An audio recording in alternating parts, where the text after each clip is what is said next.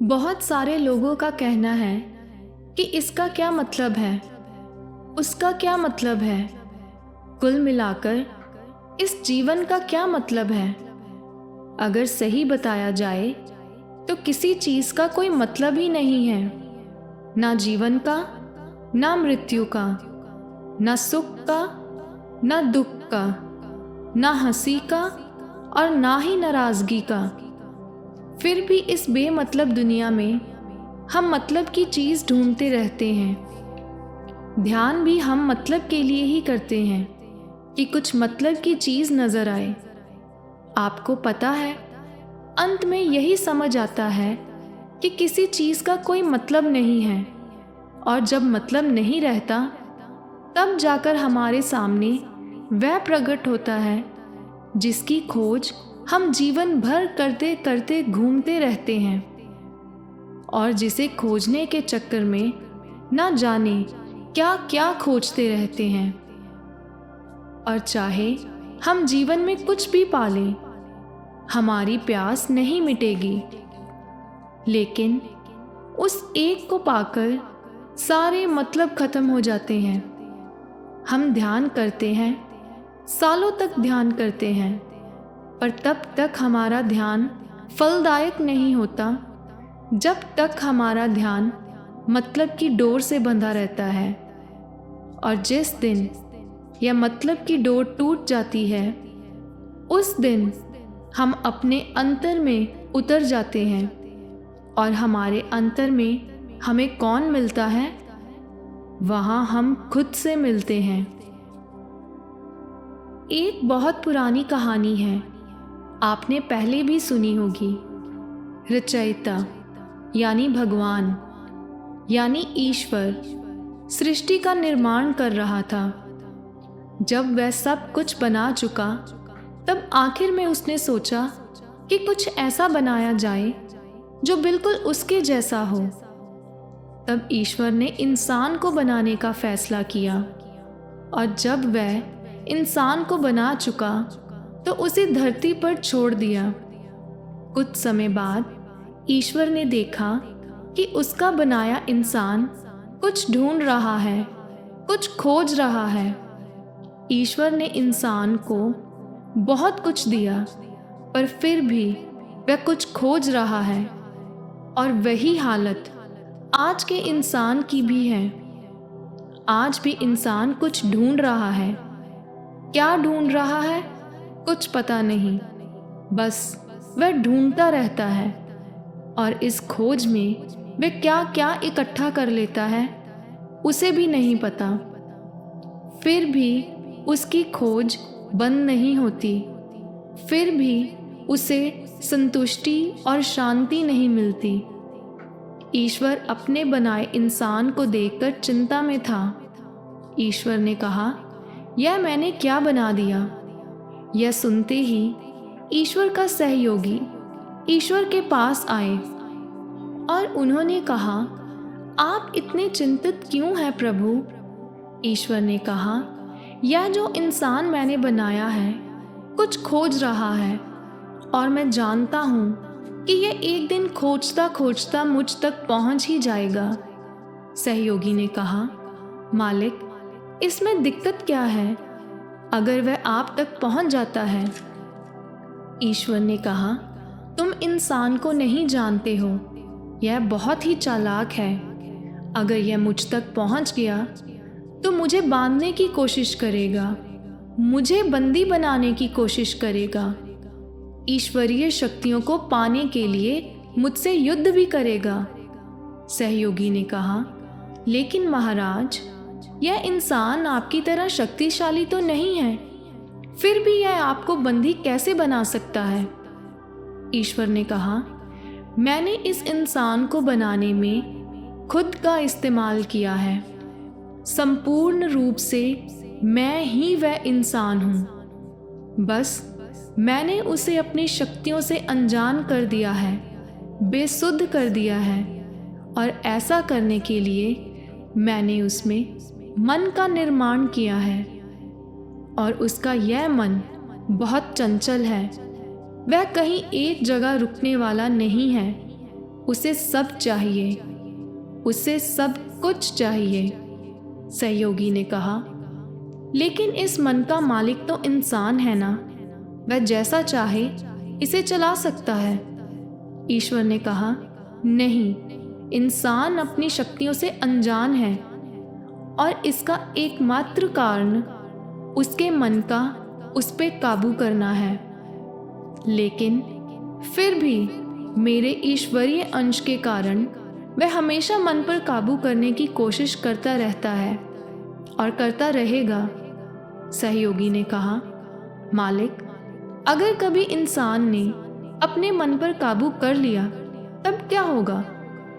ईश्वर ने कहा, मैंने इसके मन को ऐसा बनाया है कि इस मन को जितना काबू किया जाएगा, यह मन उतना ही शक्तिशाली होता चला जाएगा। इसलिए जो भी इंसान मन पर काबू करने की कोशिश करेगा वह कभी सफल नहीं हो सकेगा। इसको जबरदस्ती काबू नहीं किया जा सकता, इसको परिवर्तित किया जा सकता है। जो इंसान मन को काबू करने की जगह उसे परिवर्तित यानी बदलने पर ध्यान देगा, मन उसका दास हो जाएगा और अंत में अपनी शक्तियां खो बैठेगा। और तब इंसान अपनी ईश्वरीय शक्तियों से जानकार होगा।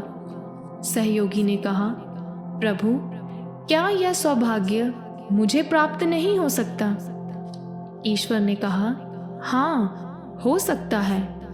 मैंने ऐसी व्यवस्था की है, पर उसके लिए तुम्हें अपना अमर जीवन छोड़ना होगा, धरती पर जन्म लेना होगा, एक यात्रा करनी होगी, बार बार मरना होगा, मृत्यु को प्राप्त करना होगा, फिर जन्म लेना होगा, जब तक कि तुम खुद की समझ से खुद के मन के पार नहीं हो जाओगे। सहयोगी ने कहा, मालिक, अगर यह मनुष्य अपनी ईश्वरीय शक्तियों को जगा पाया तब क्या होगा? ईश्वर ने कहा, कुछ नहीं, उसकी यात्रा रुक जाएगी। वह स्वयं मैं हो जाऊंगा, हम एक हो जाएंगे।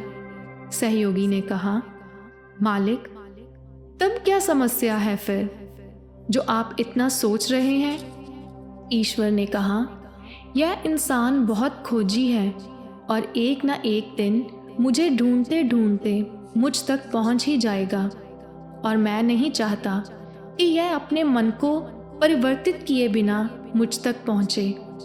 तब यह सब कुछ खराब कर देगा। यह मुझसे ही युद्ध करने लगेगा, मुझे ही हराने के तरीके ढूंढने लगेगा। सहयोगी ने कहा, तब मालिक, आप एक काम करें, आप हिमालय में जाकर छिप जाएं। ईश्वर ने कहा, तुम इंसान को नहीं जानते, वह मुझे वहां भी ढूंढ लेगा। सहयोगी ने कहा, तब आप दूर तारों में छिप जाएं। ईश्वर ने कहा, तुमने अभी तक नहीं जाना, इसकी पहुंच से कुछ भी दूर नहीं है। थोड़ा समय लगेगा पर यह वहां भी पहुंच जाएगा। सहयोगी ने कहा, मालिक, फिर तो एक ही जगह है जहां आप छिप सकते हैं और यह वहां नहीं पहुंच सकेगा। ईश्वर ने कहा, कहाँ? तुम किस जगह की बात कर रहे हो? सहयोगी ने कहा, मालिक, आप इंसान के भीतर ही छुप जाओ, वहां यह कभी नहीं पहुंचेगा और जब पहुंचेगा तब वह और आप एक ही हो चुके होंगे। ईश्वर ने कहा, तुम बिल्कुल ठीक कहते हो, मेरे छिपने के लिए यह जगह बिल्कुल ठीक है। यह कहकर ईश्वर इंसान के भीतर छिप गया और इंसान उसे बाहर ढूंढता रहा, आज भी ढूंढ रहा है, पर ईश्वर कहीं नहीं मिल रहा। जब ईश्वर नहीं मिला तो इंसान ने अपने अपने हिसाब से अपने अपने ईश्वर को बयान किया और अपने अपने हिसाब से उसे पूछता रहा। अब वह बाहर चाहे जहां ढूंढे उसे ईश्वर नहीं मिलेगा, क्योंकि जिसे वह ढूंढ रहा है वह तो उसके अंदर ही है, वह खुद वही है। अगर आपका मन साफ है तो वह आपके अंदर दिखाई देता है, उसकी झलक आप में दिखती है। अगर आपका मन मैला है, बुराई से भरा है, तो वह नीचे कहीं दब जाता है। वहाँ से वह आपको आवाज़ भी देता है, पर आप उसकी आवाज़ अनसुनी करते जाते हैं। मन यानी शैतान के प्रभाव में आप जिंदगी जीते चले जाते हैं। तो दोस्तों, हमने इस कहानी से यही सीखा कि भगवान कहीं बाहर नहीं, हमारे अंदर ही है। नेक दिल, पाक दिल इंसान उसे जल्द देख लेता है। इसलिए भगवान से मिलने के लिए अच्छे कर्म करें, अच्छे इंसान बने, बुराई से कोसों दूर रहें। दोस्तों, मैं जो आपको बताने लगी हूँ, मैं खुद इस चीज़ को अपने पूरे दिल से विश्वास करती हूँ और मानती हूँ। वो यह है कि जब आपको समझ ना आए कि आप सही कर रहे हैं या गलत, तो अपनी आंखें बंद करके ध्यान करना कि जो चीज़ उस मालिक, उस प्रभु की ओर लेकर जाए, सिर्फ वही सही है। आपकी अंतरात्मा खुद बता देगी कि यह काम या रास्ता उस मालिक, उस भगवान की खुशी हासिल कर रहा है या नाराज़गी। तब आप फैसला आराम से कर पाएंगे कि आप सही राह पर हो या गलत। हम सब में विवेक की शक्ति होती है जो सही बुरे की पहचान कर सके। मैं चाहूँगी कि आप इस धारणा को अपनी ज़िंदगी में ज़रूर उतारें और अच्छे कर्म इकट्ठा करें और परमात्मा से मिलकर परमात्मा ही बन जाएं। अगर इस कहानी से आप कुछ अच्छा सीखेंगे तो मेरे लिए ये बहुत सौभाग्य की बात होगी। धन्यवाद।